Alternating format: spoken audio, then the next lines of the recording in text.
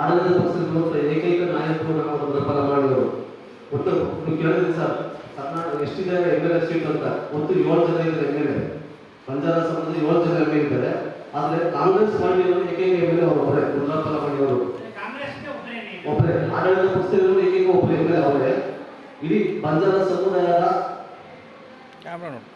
ಸಮುದಾಯದಲ್ಲಿ ಸಮಗ್ರ ಬಂಜಾರ ಸಮುದಾಯದ ಒತ್ತಾಯ ಏನಂದ್ರೆ ಈ ಸಲ ಕ್ಯಾಬಿನೆಟ್ ದರ್ಜೆಗೆ ನಾವು ದುರ್ಬಲ ಸಚಿವ ಸ್ಥಾನ ಕೊಡಲೇಬೇಕು. ಕಾರಣ ಏನಂದ್ರೆ ಹಿಂದೆ ಪ್ರತಿಯೊಂದು ಸರ್ಕಾರಗಳಲ್ಲಿ ಕಾಂಗ್ರೆಸ್ ಆಗಲಿ ಬಿಜೆಪಿ ಆಗಲಿ ಜೆಡಿಎಸ್ ಸರ್ಕಾರದಲ್ಲಿ ಬಂಜಾರ ಸಮುದಾಯಕ್ಕೆ ತಲೆದಾದ ಒಂದು ಸ್ಥಾನವನ್ನು ಕೊಡ್ತಾ ಇದ್ರು. ಕಾಂಗ್ರೆಸ್ ಪಕ್ಷ ಇದು ಕೊಟ್ಟಿಲ್ಲ. ಯಾಕಂತ ಹೇಳಿದ್ರೆ ಹಿಂದೆ ಸದಾಶಿವ ಆಯೋಗ ವಿರುದ್ಧ ಹೋರಾಟ ಮಾಡಿದಾಗ ಅದು ಬಿಜೆಪಿ ಸರ್ಕಾರ ನಮ್ಮ ಕಾಂಗ್ರೆಸ್ ಇದು ಅಂತ ಎಲ್ಲ ನಮ್ಮ ಮುಖಂಡರುಗಳು ಬಿಜೆಪಿ ಹಠಾವೋ ಕಾಡೋ ಬಚಾವೋ ಅಂತ ಕರೆ ಕೊಟ್ಟು ಇದೇ ಕಾಂಗ್ರೆಸ್ ಪಾರ್ಟಿಗೆ ಓಟ್ ಹಾಕಿ ಹೋಗಿದೆ. ಬಂಜಾರ ಸಮುದಾಯ ಇರುವಂತ ನಮ್ಮ ಸಮುದಾಯದ ಕಾಂಗ್ರೆಸ್ ಪಾರ್ಟಿ ಇರುವಂತ ಮುಖಂಡರುಗಳು ನಾಯಕರುಗಳು ಬಿಜೆಪಿ ಅನ್ಯಾಯ ಮಾಡಿದೆ ಅಂತ ಕಾಂಗ್ರೆಸ್ ಪಕ್ಷ ಓಟ್ಗೆ ಟರ್ನ್ ಮಾಡಿ ಓಟ್ ಹಾಕಿಸಿದ್ರು. 85% ಓಟ್ ಹಾಕಿದ್ದಾರೆ. ಯಾಕಂತ ಹೇಳಿದ್ರೆ